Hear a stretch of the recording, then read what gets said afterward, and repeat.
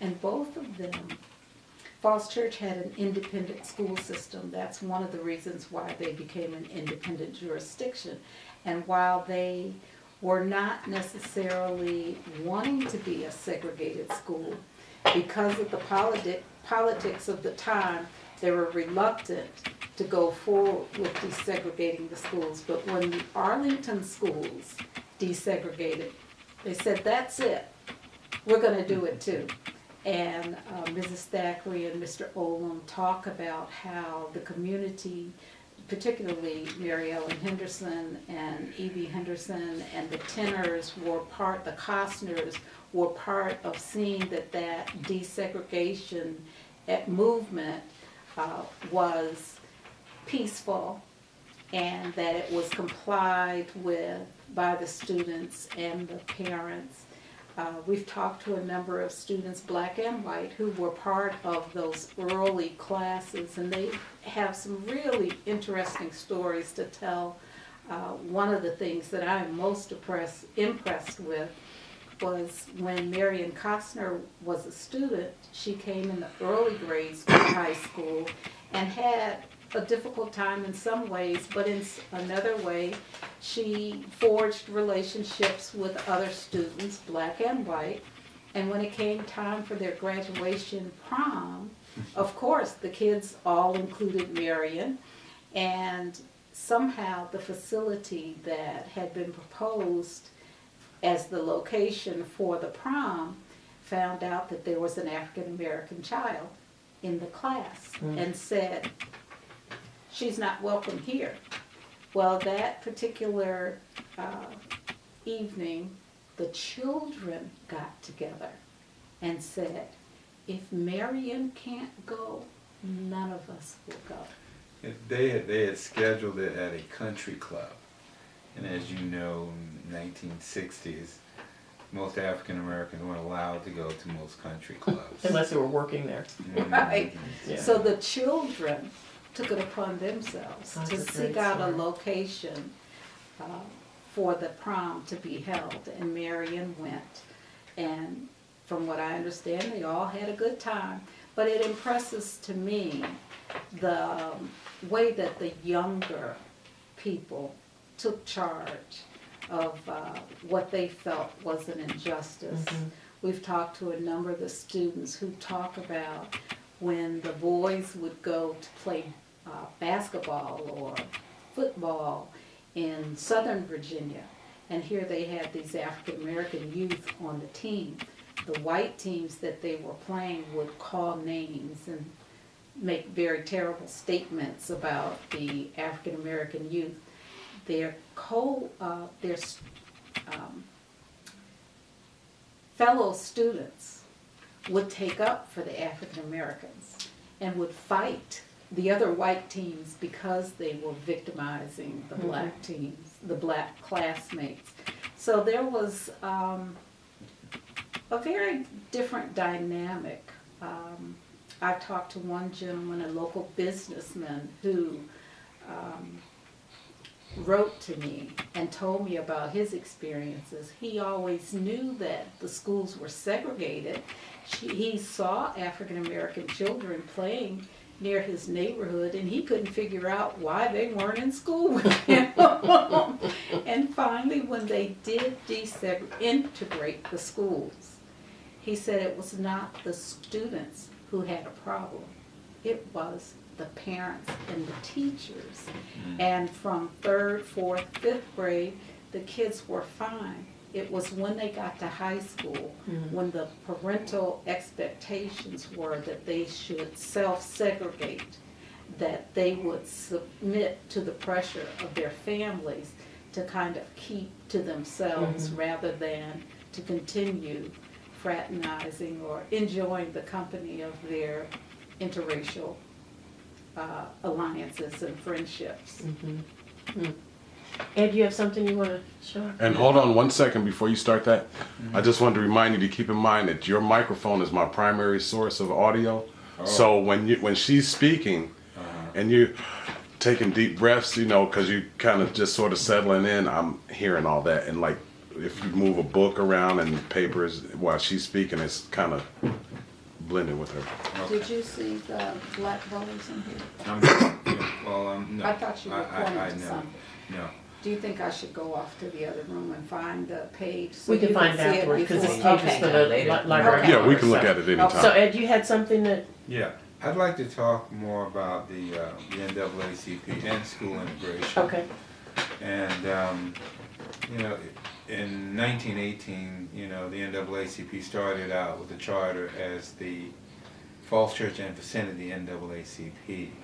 But in 1944, they received the second charter as the Fairfax County branch of the NAACP. This is a very important document regarding that was written in 1965. They're pretty rare, but most of the libraries and Virginia rooms will have a copy. Now, in here, they talk about how in 1960, the 1960 to 61 school year was the first year that African Americans could self-enroll in white schools. And the first year, 27 students, African Americans, enrolled in white schools. And the following year, in 61-62, there were 93. In 62-63, there were 214. In 63-64, they said that doubled.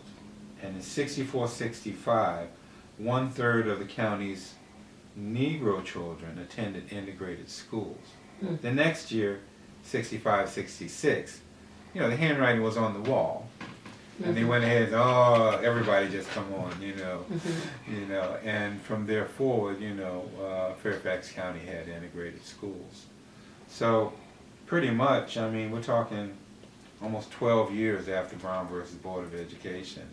It took that long to actually integrate the schools here in Northern Virginia. A lot of it was due to, you know, the state, the Harry Bird machine, massive resistance, I think as George Wallace put it, segregation yesterday, segregation today, segregation forever, you know, and these Virginia legislators were as adamant as any southern state regarding the issue of segregation.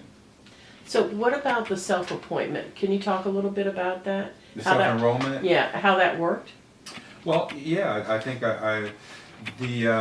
well, there was a gentleman who we interviewed down in Florida who used to be a principal in Fairfax County Public Schools. His name was Danny Thomas. And Danny told us in the interview that he came here to the house and my grandfather signed him up to attend Falls Church High School. He was a student at Luther Jackson. And that was the first year, 60-61. And he signed him up to attend Fairfax County Public Schools. So the NAACP played an active role in signing up these students to attend white schools. And your grandfather was part of that. Absolutely. And E.B. Henderson, you know, I'm not sure that he was ever really president of the local chapter. My grandfather, even though he initiated a lot of things, like in the beginning, he was probably the primary organizer who promoted the idea of becoming a branch of the NAACP. But he promoted Joseph Tenner to be the president, and he would be the secretary, because he felt that way he knew everything that was going on. He wrote all of the correspondence, and he was able to stay on top of the whole running of the organization from the secretary's position. Okay? And after he retired from the D.C. Colored Schools in 1954, he was elected the president of the State Council of NAACP here in Virginia, and was president from 1955 to 1958. And so he was over all of the state NAACPs during that time. And part of the time that he was in that position, there was a Virginia Assembly Committee, the Boatwright Commission. And their whole purpose was to outlaw the NAACP and their operation in Virginia, because the state of Virginia, the NAACP had 7 lawyers, which was much more than any other state in the whole United States. And they were giving the state holy hell regarding implementation of Brown versus Board of Education. The Boatwright Commission was an attempt to outlaw the NAACP in the state of Virginia. My goodness. One of the other things that I think is key about the establishment of the Colored Citizens Protective League here in Falls Church, Joseph Tenner was a stonemason. He and his brothers, his family, had been outstanding stonemasons who quarried what we call pink granite. It's a very rare granite that's found here in Falls Church. It's only found in 3 places throughout the world, and Falls Church is one of them.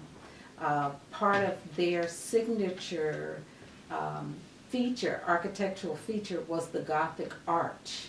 And that's why the arch that's on South Washington and Tenner Hill to commemorate the civil rights pioneers is made of the pink granite. But Mr. Tenner was an outstanding orator. He was said to have had a voice that was almost like a song, and he would produce these speeches